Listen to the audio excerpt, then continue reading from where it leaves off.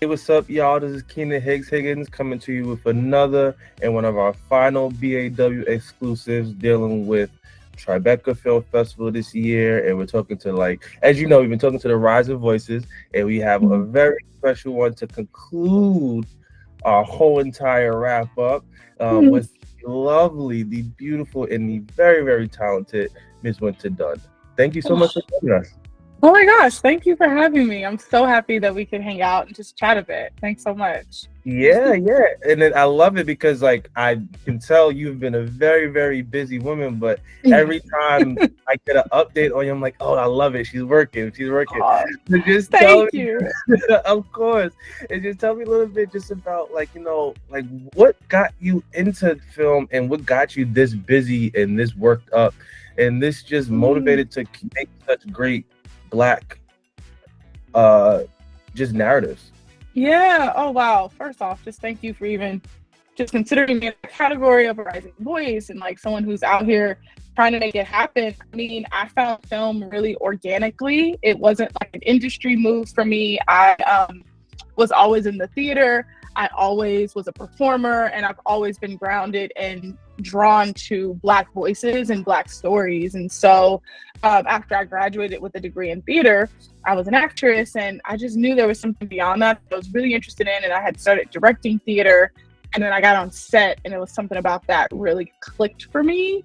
And I was like, oh, here it is. Like, we've been trying to find the thing. And once I found film, it was like, that's the thing. And I've just been kind of chasing it ever since. I've been, working on sets and just telling people, look, I'm smart. I want to learn. I want to make stuff. And I'm really fortunate that I had a lot of people willing to open up their doors and go, well, this is what we're doing. Come in, like help us out, but you'll learn in the process. And I think for someone who didn't go to film school, you got to make your own film school. And that's kind of what I did. And that also speaks to my involvement in this program in the Rising Voices. It's an opportunity to make work with other phenomenal filmmakers, and every film you make, you learn something and you take it with you on the next thing. And so that's been really serving me, and I'm really excited. I'm excited for this next chapter.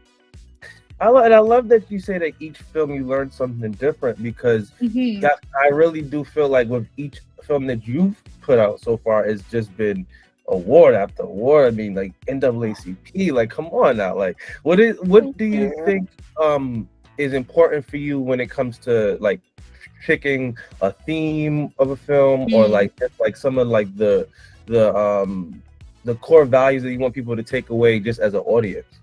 Totally. Yeah. For me, film is the place I get to be my most authentic. It's also the place I get to be my most vulnerable. And so, if we're talking about my films and stuff that I'm writing and making and collaborating in story, it's usually really personal journeys because I'm finding that in me going into my hyper specific, it's becoming like these universal tales because at the end of the day, we're all human and we all kind of go through a lot of the same things. And so, that's been my thing. I call my films my offerings. I'm like, this is just my little offering of this little slice of life that I've either felt or I know people who feel this way. And I just want to be honest in the work. And of course, like the accolades and like the awards and the image award, all that stuff is like insane, right? But it's also not why I'm here. It's like I'm really just here because I really want to be myself. And I'm finding that I get to be myself through this work. And it's just like this incredible like blessing that all of these accolades and things are kind of being attached to that. It's like the best cherry on top, right? Like Absolutely. so I feel really blessed, and it's really exciting, and I'm glad the work is resonating with people because that's all I really want. Yeah, for sure. It definitely resonates. It resonated with me when I saw Play Hard, and I just let's really get into Play Hard and talk about that. Yay! I What love was like? that. Who was like? When you had the idea of uh talking about like where we are with technology now and how it's Mm, influenced in the future, which is like somewhat of the theme of this year's Rise of Voices um mm. thing. Well, how did you approach it, and then where did it go as this like went about? Like you had the budget, you had this, you had that, and how did it Yeah. kind of get to where it is now? Yeah, well, so the theme, like the theme that they gave us was the future of work. And there's so many directions, right, you can take with that. And I remember just sitting and thinking about that. And of course I went futuristic just because of the future of it all in one moment. Then I was like, oh no, I thought corporate America. And I just was like bouncing and playing and dreaming really, and not really getting too tied to anything or any story. And when I really sat with it, I was like, why does this still feel so inauthentic? Like I'm trying to come up with something that they might want to see.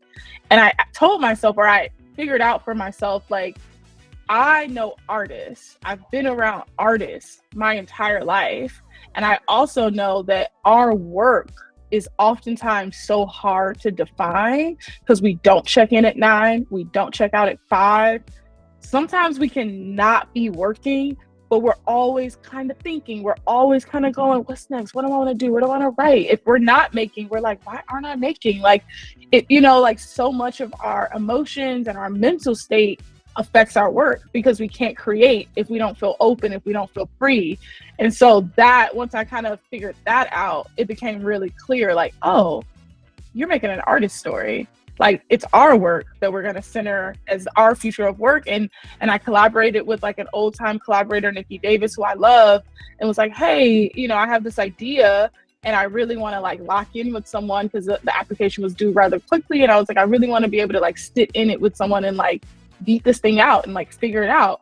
And that's where kind of that theme, that kernel came from. And from there, yeah, I love musicians. I've been wanting to tell a musician story for a while. And I thought, well, yeah, what about a drummer, a jazz drummer though, like a specific type of drummer and what that looks like. And I grew up as a dancer, and it was like, well, why can't the drumming meet the dancing? And it just kind of becomes that conversation. And then the future for me is more of a cautionary tale, like, hey guys, as much as we love what we do and it requires so much focus and it requires so much of us being in our heads, if it's all in our heads, we're losing the play.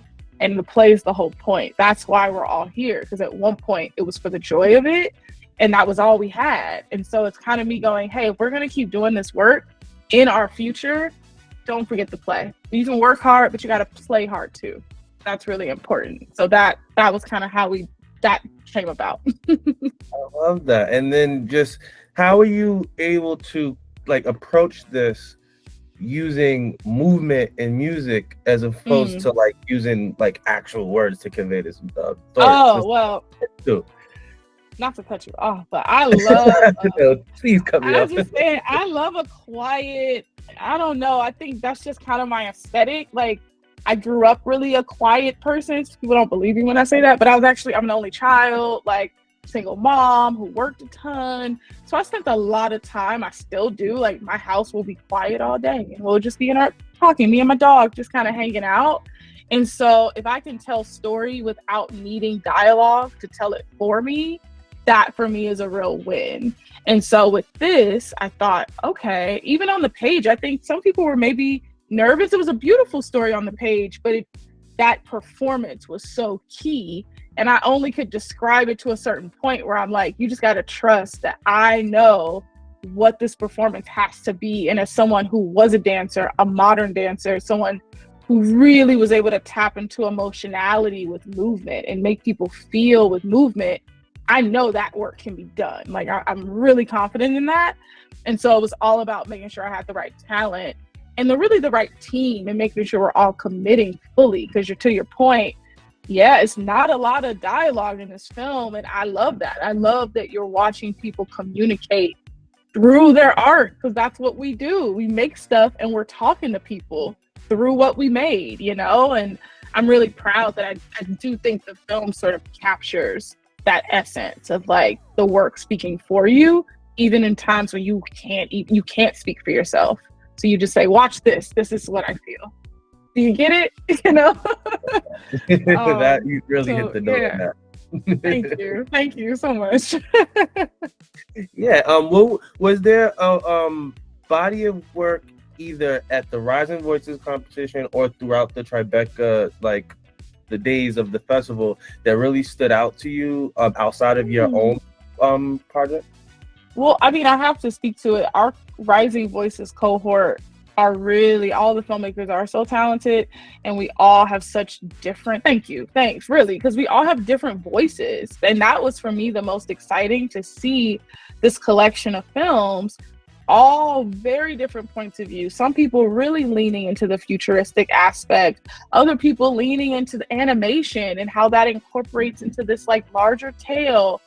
I was honestly really impressed. I mean, of course, I'm excited to share my film because I love it, but I'm also like so excited. I was so excited to watch everyone else's films. And so, if I'm honest, that was my favorite part of it, watching the films. And it's a really good work. And I was just like really proud of us because it's not easy. It's a short time frame. And so, yeah, the films are really beautiful.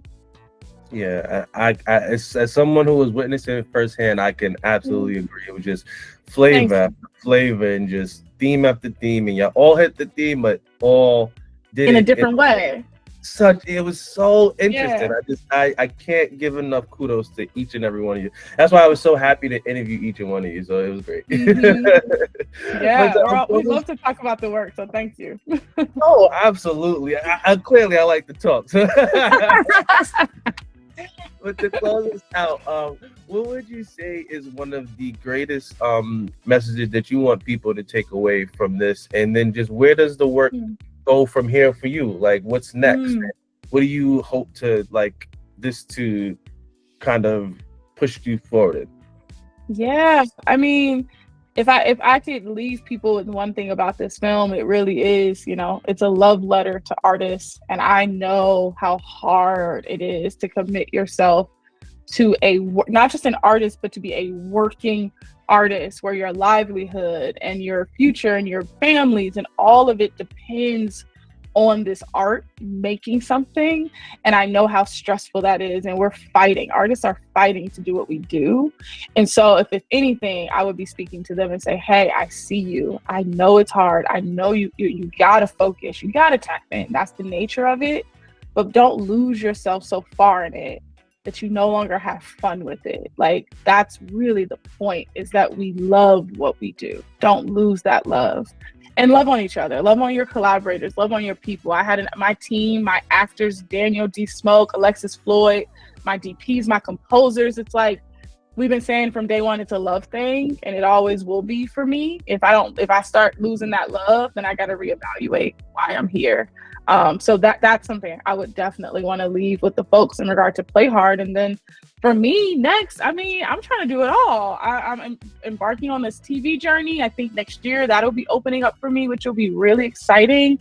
I'm writing, I'm dreaming, I'm thinking up films. I'm playing with the idea of Play Hard as a larger format, a longer feature film project that I think could be really cool and sexy and vibey and all the things, and Black, which is always the jam for me.